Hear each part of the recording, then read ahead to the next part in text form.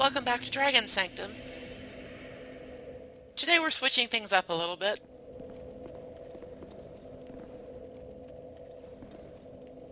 Not really in so much what we're doing, but what we're wearing. While lately I have been favoring heavy armor, like the Faram set, today, to take advantage of our new Flynn's ring, I'm wearing something a little bit lighter.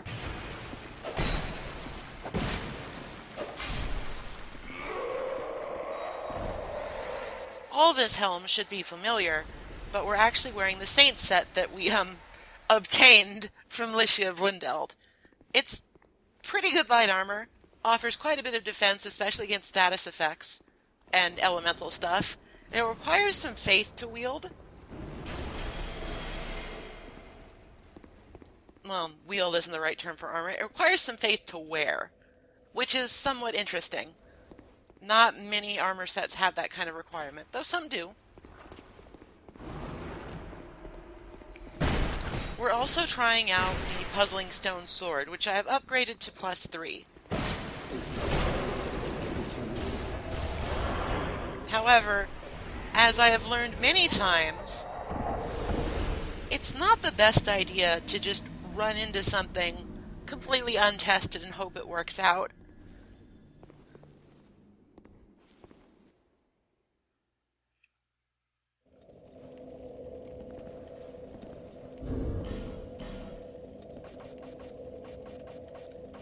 So, for the sake of actually accomplishing anything in this video, I am instead going to switch to the Helix Halberd again. Provided we wield that on its own, we will still get the Flynn's ring bonus. Though then again, I have proven that I actually don't know how this thing works, so maybe it does, maybe it doesn't. I really don't know. What I do know is that this thing is super strong, and the Puzzling Stone Sword, unupgraded as it is less strong.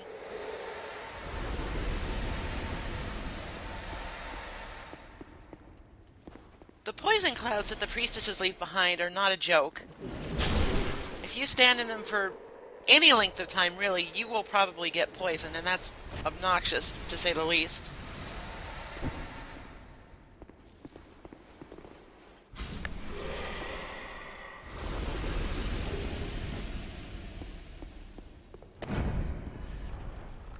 We're also using the small mannequin shield that we picked up a long time ago. It's probably the best small shield that we have at the moment. It's got decent reduction on most things, and it's very light. And it's got the parrying benefits of a small shield. And it can still whack switches, so hitting that switch opens up a shortcut back into that long hallway with the hole in the middle that brought us down here in the first place. The DLC areas tend to be much better about opening up shortcuts in the main game, which I appreciate because that is honestly, in my opinion, one of the things that makes this series really fun.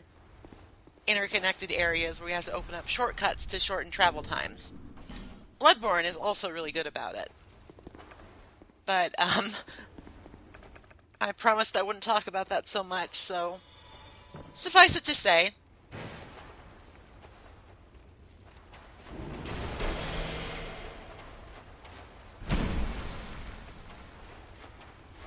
there are a bunch of switches in this area, actually.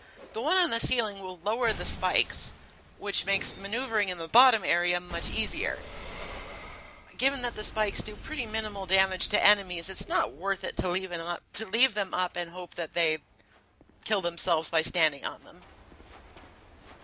Didn't work back in Brightstone Cove, doesn't really work here. Look at that damage! That damage is so high! I need that because I'm very irresponsible with my Twinkling Titanite use.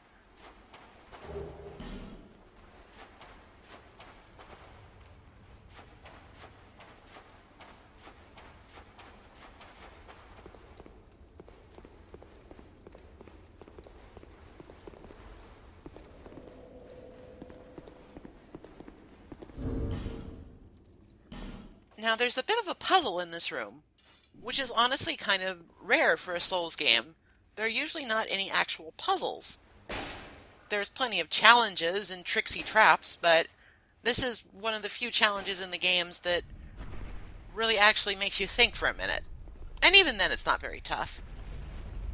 Basically, you have to alternate going up and going down to hit this switch with arrows to finally open up the door so you can get through. Once you figure out the trick, it's not much of a puzzle, but on your first time through here, if you're not really paying attention, you might think that you might need to find another way around, or you're missing something, or what have you. It's slightly time-consuming, but the reward is worth it.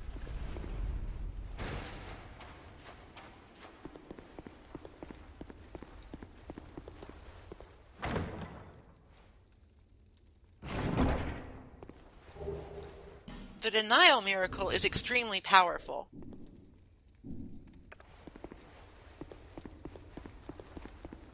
We don't have just enough faith to use it yet, but I'm heavily considering speccing up into that a little bit. Basically, when you use denial, it gives you a buff that means that when you take a lethal hit, you will not actually die. You'll just be left at like 1 hit point, I think. I'm not entirely sure of the details, but it's basically a safeguard.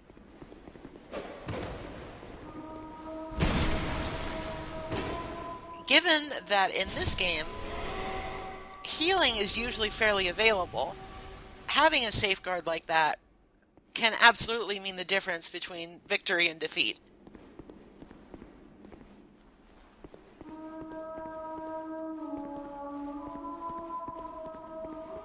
It's most useful, I think, when going with a sort of Danger Mario build with the red Tearstone ring or something similar.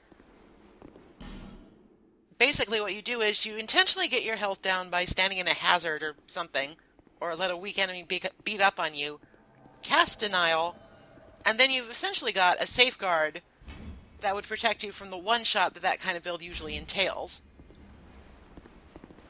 But enough about that. Here's Jester Thomas, apparently bitter about the fact that I made fun of him way back in Earthen Peak. However, it seems that I was right to make fun of him, because literally every time I face this guy, he gets into this weird AI loop, where he will simply roll, stand around for a minute, and let me hit him. It's quite frankly kind of pathetic. To the point where I decide that I don't even really want to finish him off just yet, because I want to at least see what he does. He does that. Fuck you.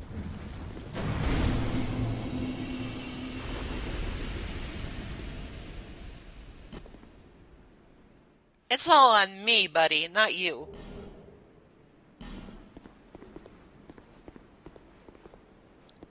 Now, when that fight goes properly, which is honestly kind of rare at this point, it can be difficult because Thomas likes to use powerful pyromancies, including some we haven't even seen yet.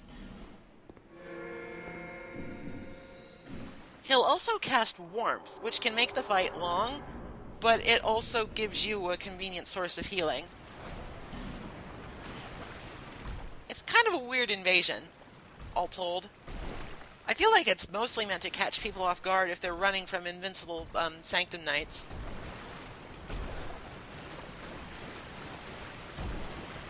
With Thomas down, at any rate, we are now in the lair of the imperfect. The imperfect are these weird dragon salamander-ish things. Whatever they are, they're pretty tough.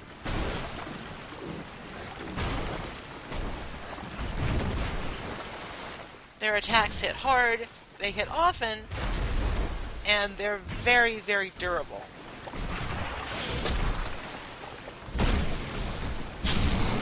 Taking them out, however, is not especially difficult or complicated once you have some experience doing it. They're always dangerous because they hit so hard, but most of their attacks have pretty noticeable telegraphs.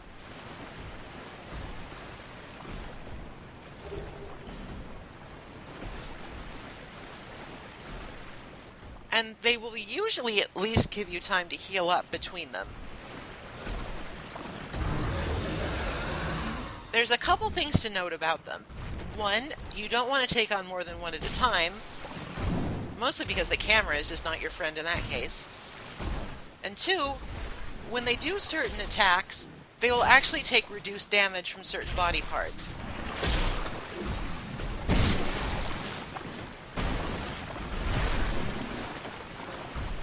I believe we will see that a little bit later.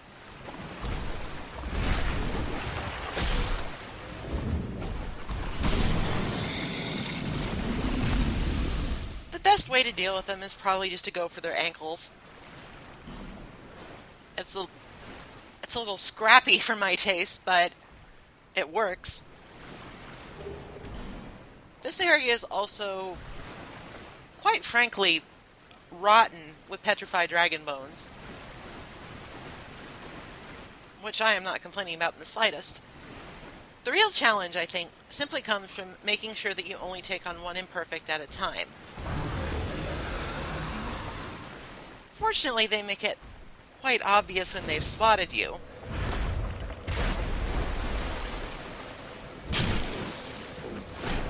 Here it is.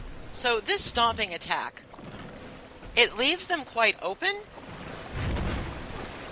but it will also heavily reduce the damage they take from attacks to their legs.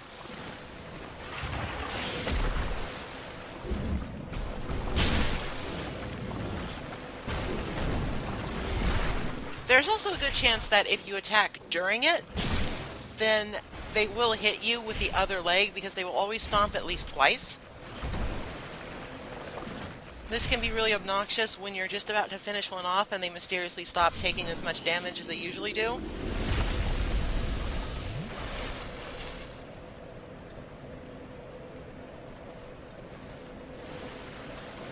Now, you don't necessarily have to take these guys on in honorable melee combat. They're kind of slow, and they're very large, so they're vulnerable to projectiles. Not so much to magic. They're quite resistant to fire, magic, and even lightning. Dark damage, however,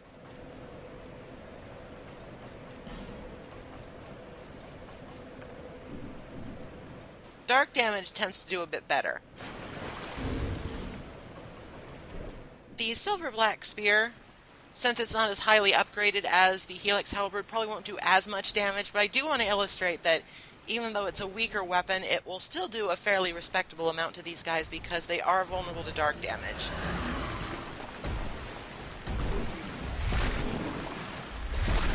If we had a slightly different halberd, then we could really wreck these guys.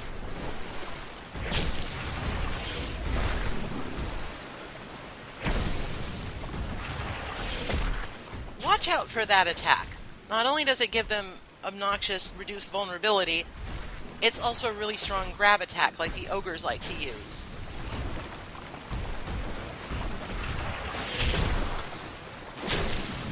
I really don't understand why they decided to just randomly make these things tougher for some reason. It's like, when an enemy uses a strong but slow attack, then that's when you attack. That's like game design 101. It just strikes me as really weird that they decided that they needed to give these guys some sort of buff to deal with that. It's like, they're pretty formidable to begin with. That took out over half my health. I just don't get it. There's a lot of weird design choices in these games sometimes.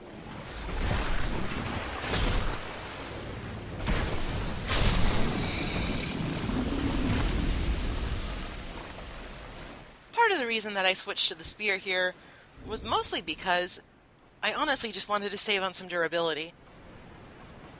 These guys take so many hits, it's kind of ridiculous. Despite the fact that I default to it almost all of the time, I still have trouble finding the Helix Halberd in my inventory. I should probably do some cleanup at some point. I like having a long list of weapons, but they might better serve me in the storage box.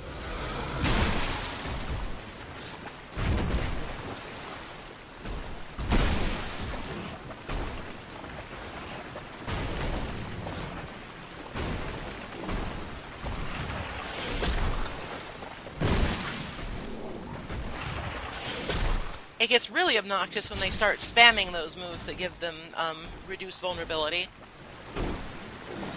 Because then you basically have no choice but just to wait it out.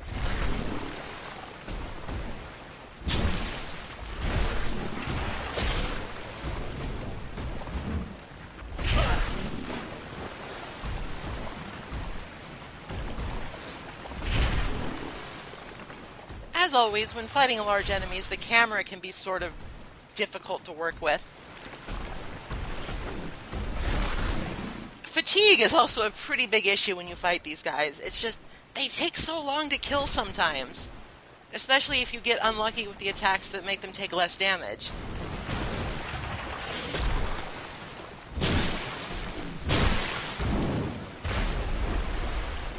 Their stomping attack... I'm sorry, their jumping attack, their stomping attack is different, is pretty powerful, but it's also pretty easy to dodge if you know it's coming. Just use invincibility frames. Now, I believe that as we just saw, the imperfect will sometimes drop petrified dragon bones. That makes them a very lucrative farming target if you like using boss weapons. I like using boss weapons, so I might be returning here at some point.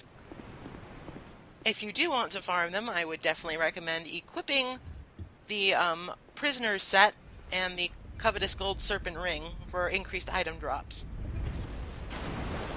By inserting the Dragonstone that we found deeper in the Sanctum, we open up the way to go by activating this ancient architecture. All the moving parts in this place are pretty impressive.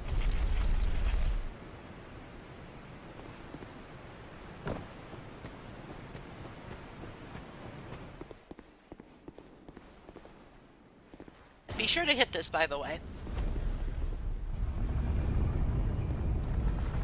I mean, I don't see why you wouldn't, but I suppose it's possible that you would, like, just homeward bone back to a bonfire or something. The Drakeblood Greatsword is a pretty cool weapon. I like it. It's a dexterity scaling greatsword with reasonable stat requirements.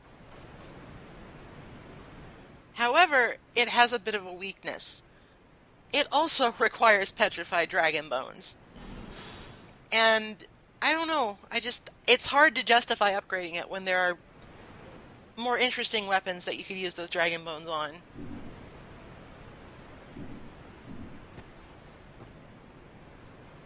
It looks nice though, it's got a nice pattern on the blade.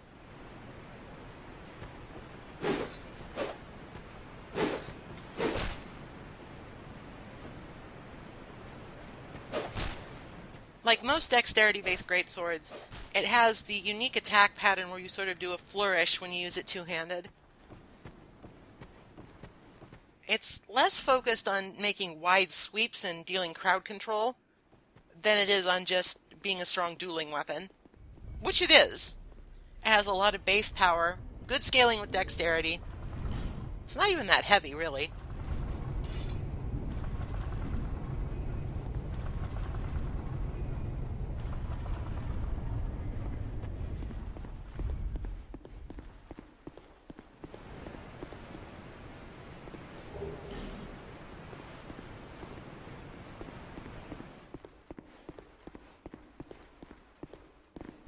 Now, activating this elevator down there has several benefits, none of which includes actually taking the wrong elevator back down, because nothing is actually labeled in this place.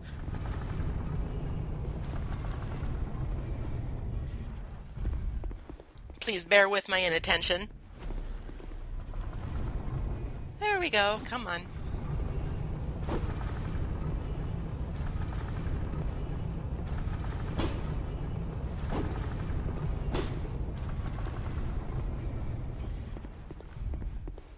Okay, back where we need to be. By taking the elevator up 2 floors,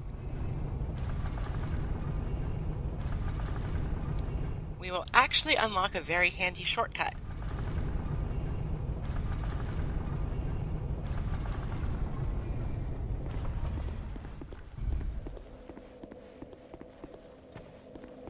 We pop out right by the very first bonfire in the area.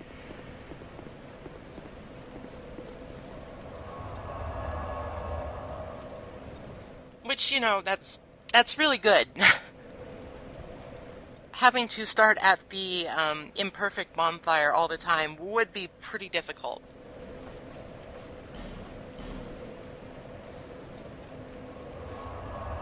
Now, there's a couple more things that I want to do before we progress.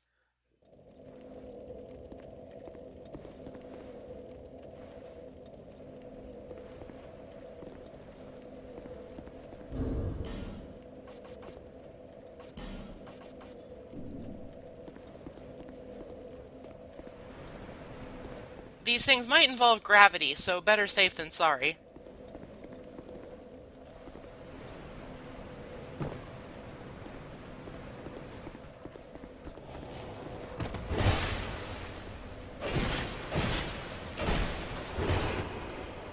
God, watching... No, never mind, not going to talk about Bloodborne. Sorry.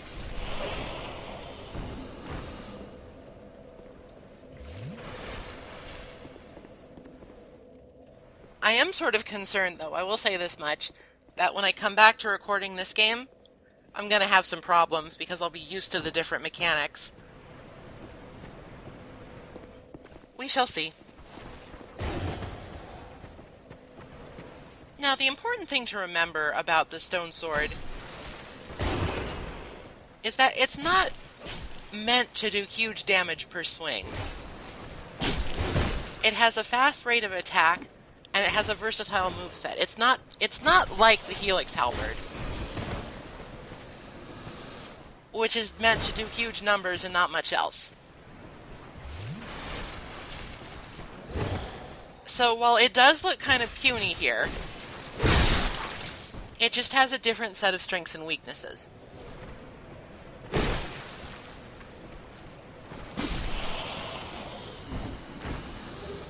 A sword that is also a whip it's really useful, to be honest, especially in like PvP where your enemies don't necessarily have these immovable brick wall hit point bars. Some of them even have poise where you can reasonably try to stagger them with light weapons. It's kind of amazing.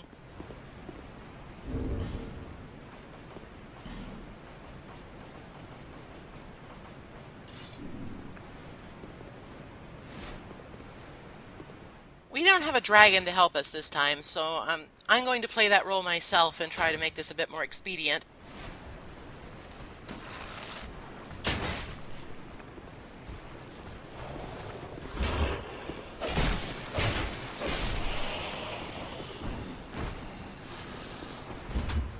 Wasn't quite the fireball of destruction that I was hoping for, but it served to separate them and make killing them quite a bit easier. That's the big thing, the separation.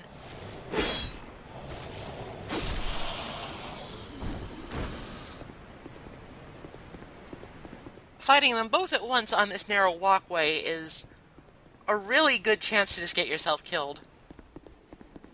They're basically tailor-made to fight well in that kind of arena.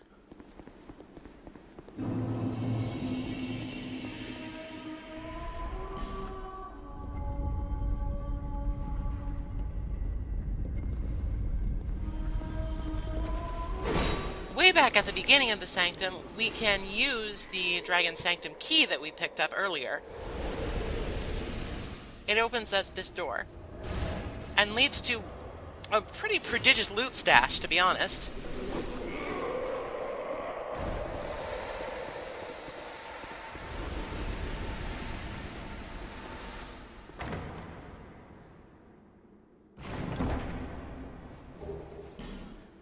Unfortunately for us, most of the loot stash is just dried roots, which are useful, I guess, but they're kind of boring.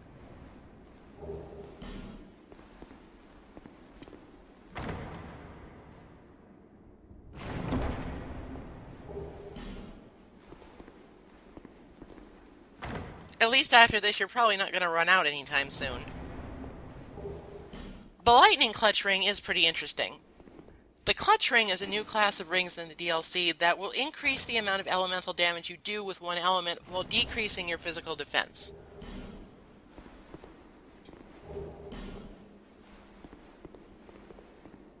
They're very useful for caster builds.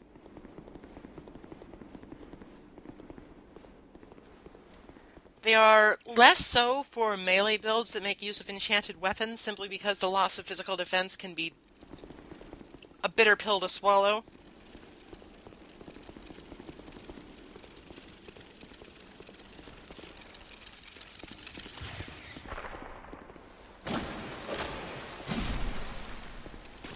They're situational. They're certainly not bad.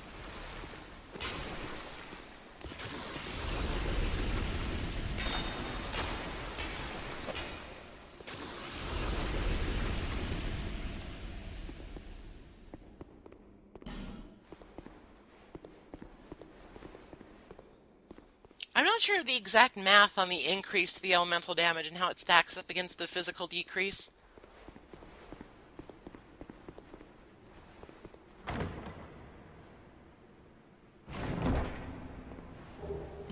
The main reward for coming up here is the Sanctum shield.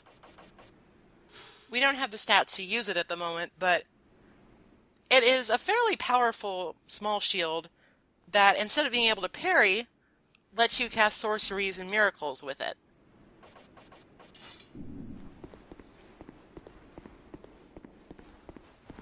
It's a very nice defensive option for casters, especially if they like to specialize in multiple schools.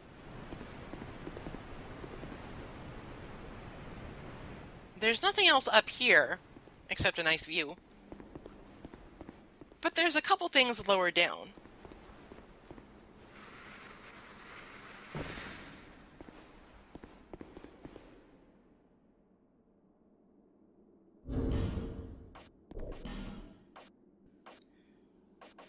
Another long, narrow bridge requires a change in tactics.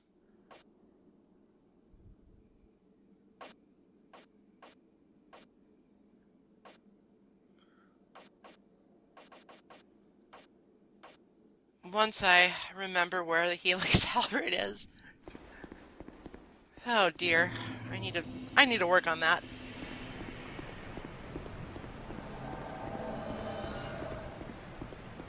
Across the way, you'll get invaded by Rock Shield Balder.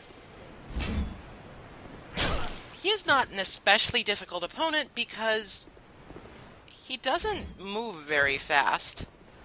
Like, he can roll and stuff just fine, but he never runs. He will throw Lloyd talismans at you, though, so be on the lookout for that if your strategy usually involves healing.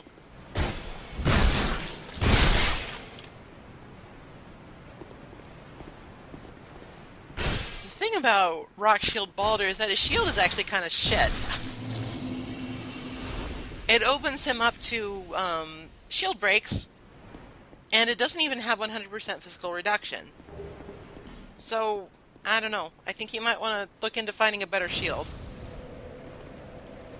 Either way, he guards a bonfire, as well as another elevator switch. This one is less of a shortcut. It's more of just access to a newish area.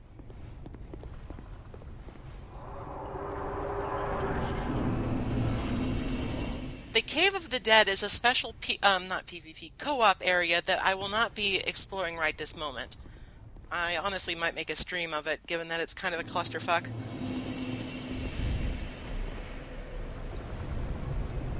At any rate, taking this elevator down will lead you to a secret-ish area with a couple of goodies in it.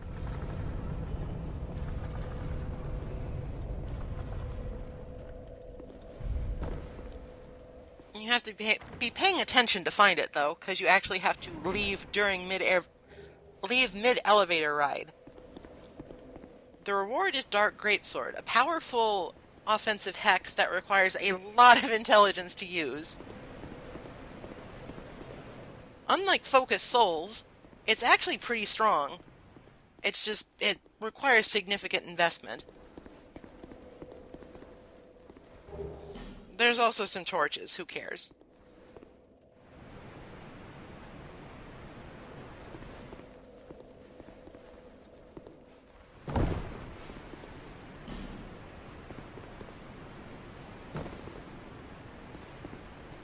any rate, if we had taken the elevator all the way down, we would find ourselves in this area where we found all of those rusted coins.